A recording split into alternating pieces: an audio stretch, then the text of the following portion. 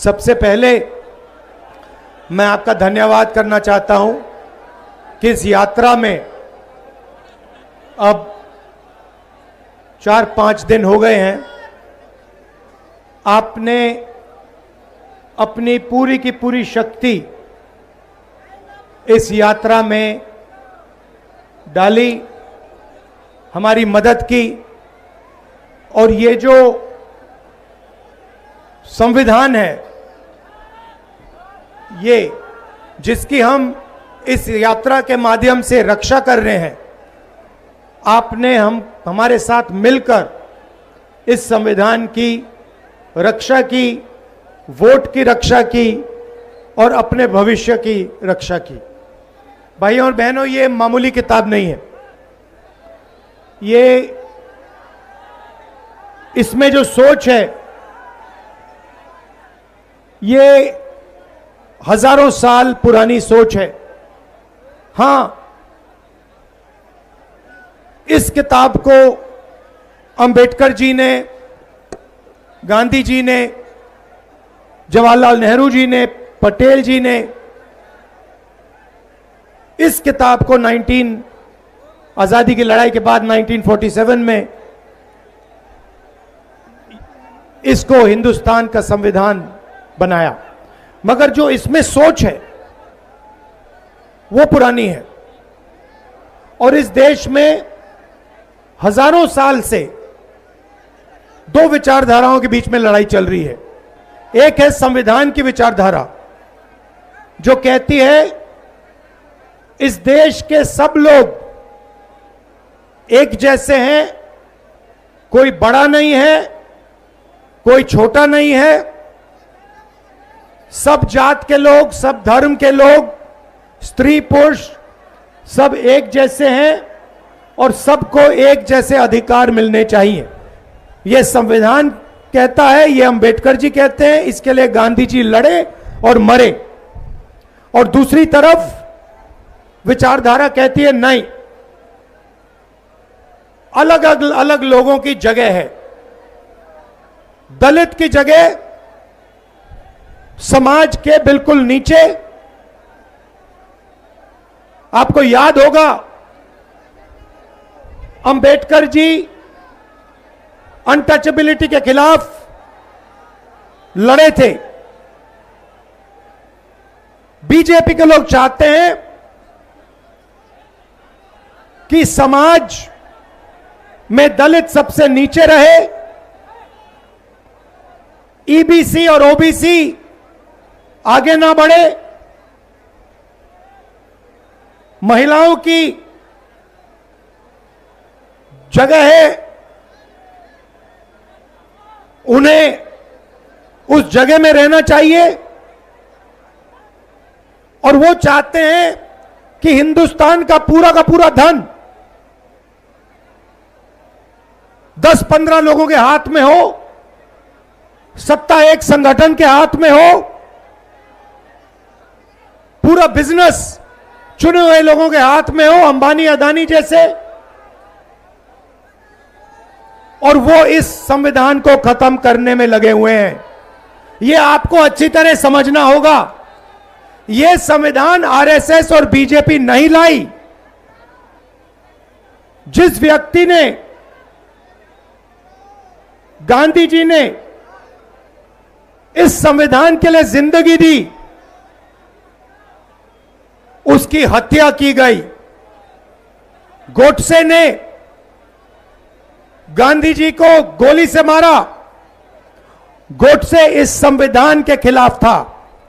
जब उसने गांधी जी को गोली मारी, उसके दिल में गांधी जी से नफरत क्यों थी, गुस्सा क्यों था? क्योंकि गांधी जी ने यह संविधान की सोच की विचारधारा के लिए अपनी पूरी जिंदगी दी। यह लड़ाई चल रही है। अब मैं आपसे पूछना चाहता हूं, हिंदुस्तान में बड़ी बड़ी संस्थाएं हैं, मीडिया है, पब्लिक सेक्टर हुआ करता था। सेना में पहले आपके लिए, दलितों के लिए, आदिवासियों के लिए, पिछड़ों के लिए, अल्पसंख्यकों के लिए, गरीब जनरल कास्ट के लिए रास्ता हुआ करता था। मैं आपसे पूछना चाहता हूं, आपके लिए आज कौन सा दरवाजा खुला है? पब्लिक सेक्टर का दरवाजा बंद, सेना का दरवाजा बंद, बिजनेस का दरवाजा बंद, ब्यूरोक्रेसी का दरवाजा बंद। जो भी आपका था वो सारे के सारे रास्ते नरेंद्र मोदी ने, अमित शाह ने, आरएसएस ने बंद कर दिए हैं। बिहार बेरोजगारी का सेंटर है। हिंदुस्तान में सबसे ज्यादा बेरोजगारी इस प्रदेश में है, बिहार का हर युवा जानता है। इसका कारण क्या है? कारण है नोटबंदी, कारण है गलत जीएसटी, कारण है कि नरेंद्र मोदी जी ने आपका पूरा का पूरा धन 2-3 अरबपतियों को पकड़ा दिया है। उनको जितना भी बैंक लोन चाहिए ले सकते हैं।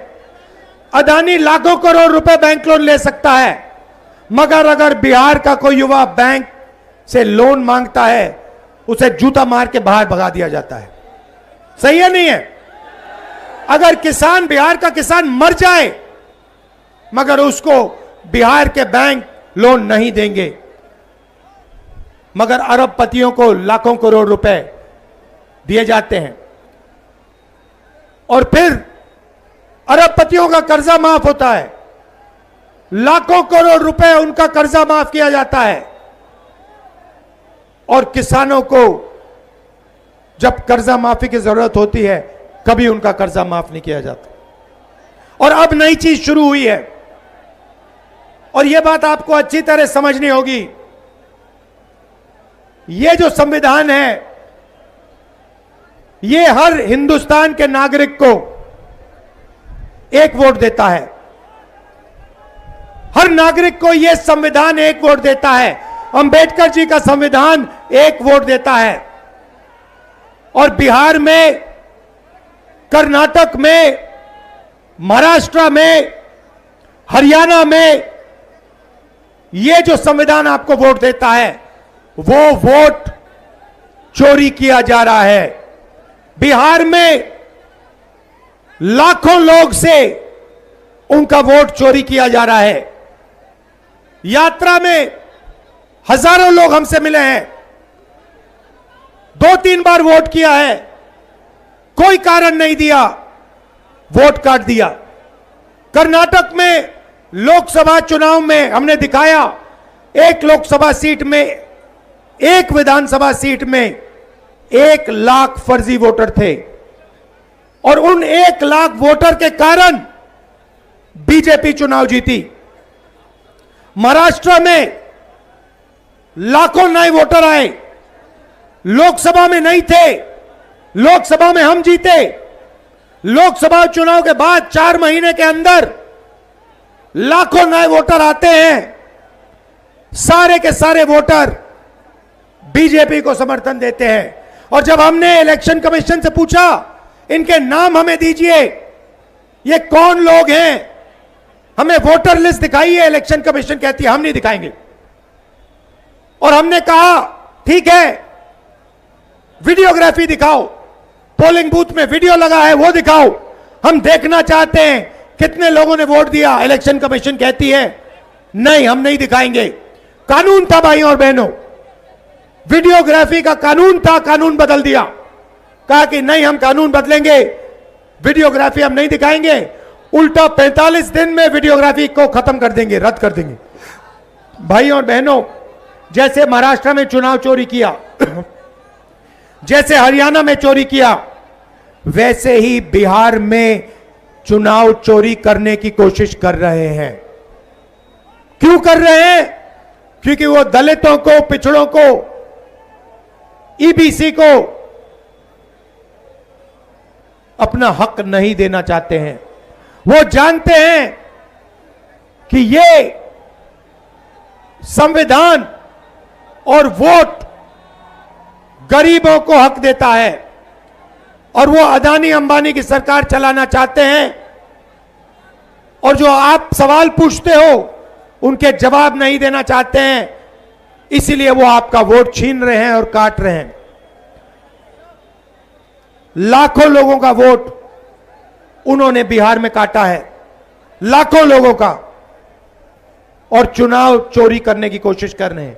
इसलिए हमने वोटर अधिकार यात्रा, पूरे बिहार में वोटर अधिकार यात्रा शुरू की। शुरुआत की, हमें लगा कि बिहार की जनता अपनी आवाज हमें सुनवाएगी। भाइयों और बहनों, पता नहीं आपने टीवी पे देखा नहीं देखा, लाखों लोग इस यात्रा में शामिल हुए। बारिश में, धूप में, रात को लाखों लोग शामिल हुए और एक ही नारा निकलता है वो लोगों के मुंह से, सुनिए। शायद मीडिया वाले दिखाएं ना, ये आपकी मीडिया नहीं है, ये आपकी नहीं है, ये हिंदुस्तान की नहीं है, ये गरीबों की नहीं है, किसानों की नहीं है, ये अरबपतियों की, अदानी अंबानी की मीडिया है। देखिए, सुनिए, वोट चोर, वोट चोर, वोट चोर, वोट चोर। अब शाम को टीवी देखना, ये नारा नहीं दिखेगा, कहीं नहीं दिखेगा, ये भीड़ नहीं दिखेगी, क्योंकि ये गरीबों की भीड़ है, मजदूरों की भीड़ है, किसानों की भीड़ है, ये नहीं दिखने वाली। अंबानी की शादी